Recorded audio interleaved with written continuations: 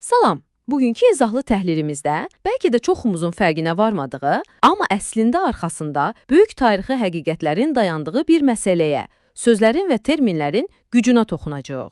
Qərb Akademiyasının tarix boyu şərqi necə öyrəndiyini, necə adlandırdığını heç düşünmüsünüz? Gəlin, mürəkkəb görünən bu məsələləri çox sadə və anlaşılır şəkildə birlikdə araşdıraq. Söz verirəm, bu araşdırmadan sonra bəzi şeylərə baxış bucağınız xeyli dəyişəcək. Baxın, ən başdan özümüzə çox sadə, amma bir o qədər də dərin bir sual verək. Sizcə, bir mədəniyyətə verdiyimiz ad, istifadə etdiyimiz terminlər həmin mədəniyyəti qavrama şəklimizi kökündən dəyişə bilərmi? Yəni, sadəcə bir söz, coğrafiyanın, xalqın, hətta bütün bir dinin taleyini təsir edə biləcək qədər güclüdürmü? Əslində, bəli. Bəzən heç fərqinə varmadan istifadə etdiyimiz etiketlər reallığı tamamilə başqa cür formalaşdırır. Bütün bu fikirləri daha yaxşı anlamaq üçün əlimizdə möhtəşəm bir mənbə var. Bu, Dr. Muhammed Əz-Ziyadinin yazdığı və Sahib Əsədovun dilimizə tərcümə etdiyi Şərqşünaslıq, hədəfləri və vasitələri kitabıdır. Müəllif burada Qərbin şərqşünaslıq ənənəsini, onun əsas motivlərini və təməlində yatan yanaşmaları o qədər obyektiv şəkildə incələyir ki, oxuyanda adam həqiqətən təəccüblənir. Yəni, bu sadəcə quru bir tənqid deyil, məsələnin əsl anatomiyasıdır. Yeri gəlmişkən, tərcüməçinin kitabın ön sözündə qeyd etdiyi bəzi detallar bilavasitə bizim coğrafiyamızla bağlıdır. Məsələn, düşünün, Sovet dövründə Azərbaycanda şərqşünaslıq necə işləyirdi? Əsas məqsəd kommunist və ateist ideologiyaya xidmət etmək idi, elə deyilmi? Yerli xalqın mədəniyyətini, dinini öyrənirdilər ki, sistemi daha asan nəzarətdə saxlasınlar. Amma əlimizdəki bu kitabın ən gözəl tərəfi odur ki, o şərqşünaslığı tamamilə qaralamır. Həm müsbət, həm də mənfi tərəflərini göstərərək çox sağlam, balanslı bir baxış təqdim edir. Kitabda mənim ən çox diqqətimi çəkən məqamlardan biri müəllifin toxunduğu metodun metodsuzluğa çevrilməsi fikridir. Bu nə deməkdir? Müəllif haqlı olaraq deyir ki, Qərb alimləri bir çox sahələrdə son dərəcə dəqiq elmi metodlardan istifadə edirlər. Amma məsələ İslam inancına, teologiyaya gəlib çatanda o sərt elmi metodika nədənsə qəfildən buxarlanır. Yerini qərəzə və metodsuzluğa verir. Axı bu, avtomatik olaraq həmin o elmi araşdırmanın etibarlılığını şübhə altına alır, düzdür? Və elə buradan da təbii olaraq terminologiyanın təhlükəsi məsələsi ortaya çıxır. Çünki hər şey o istifadə olunan sözlərdən başlayır.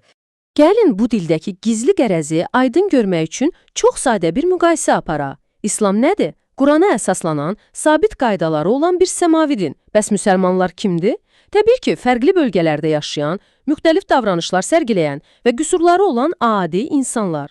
Amma fikir vermisinizsə, Qərb nəşrlərində tez-tez Amerikada İslam və ya Misirdə İslam kimi başlıqlar görürük. Bu cür yanaşma əslində insanların, yəni müsəlmanların bəşəri qüsurlarını birbaşa dinin özünə yapışdırmaq cəhdidir və oxucuda istər-istəməz yanlış təsəvvür yaradır. Yaxud başqa bir, daha ciddi terminoloji xətaya baxaq. Qərbdə tez-tez rastlaşdığımız, hətta bəzən bizim öz ziyallarımızın da tərcümə edib istifadə etdiyi Məhəmmədçilik sözünü götürək. Müəllif çox gözəl izah edir. İslam səmavi bir vəhidir. Amma ingilis dilində ona o məşhur izm şəkilçisi əlavə olunanda, yəni Muhammedənizm deyiləndə, bu böyük din bir anda sosializm, kapitalizm kimi sadəcə insan tərəfindən uydurulmuş siyasi bir hərəkata bərabər tutulur. İnanın mənə, bu heç də sadə bir tərcümə xətası deyil. Bu, tamamilə şuurlu şəkildə formalaşdırılmış bir baxış bucağıdır.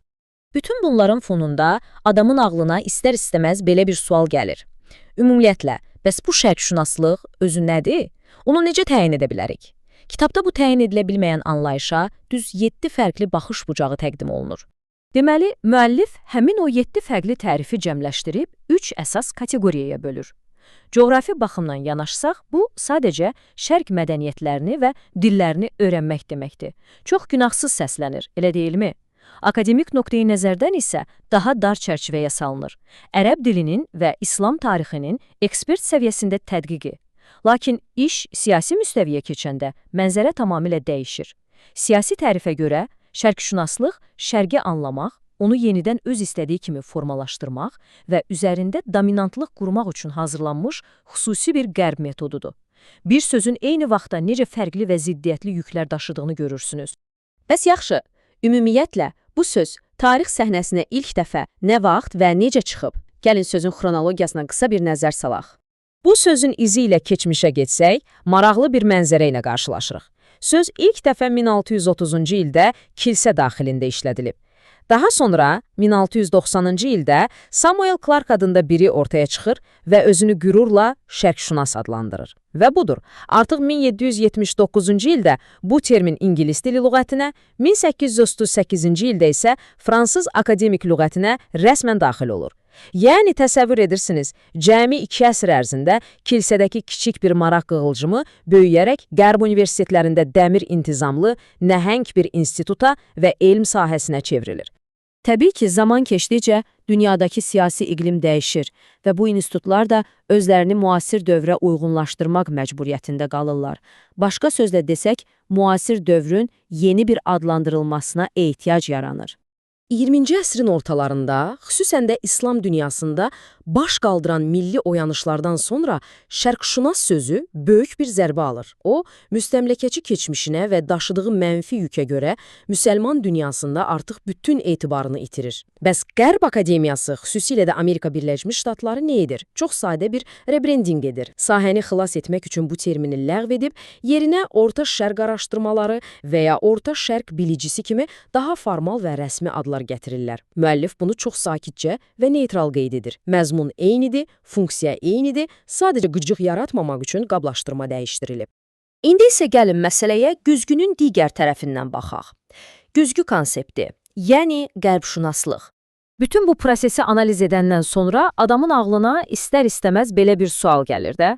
Əgər Qərb Şərqi bu qədər dərindən, sistemli şəkildə öyrənirsə, eyni məntiqlə Şərq də Qərbi öyrənməli deyilmi? Yəni bir qərbşünaslıq elmi olmalıdır axı. Müəllif bunu belə izah edir.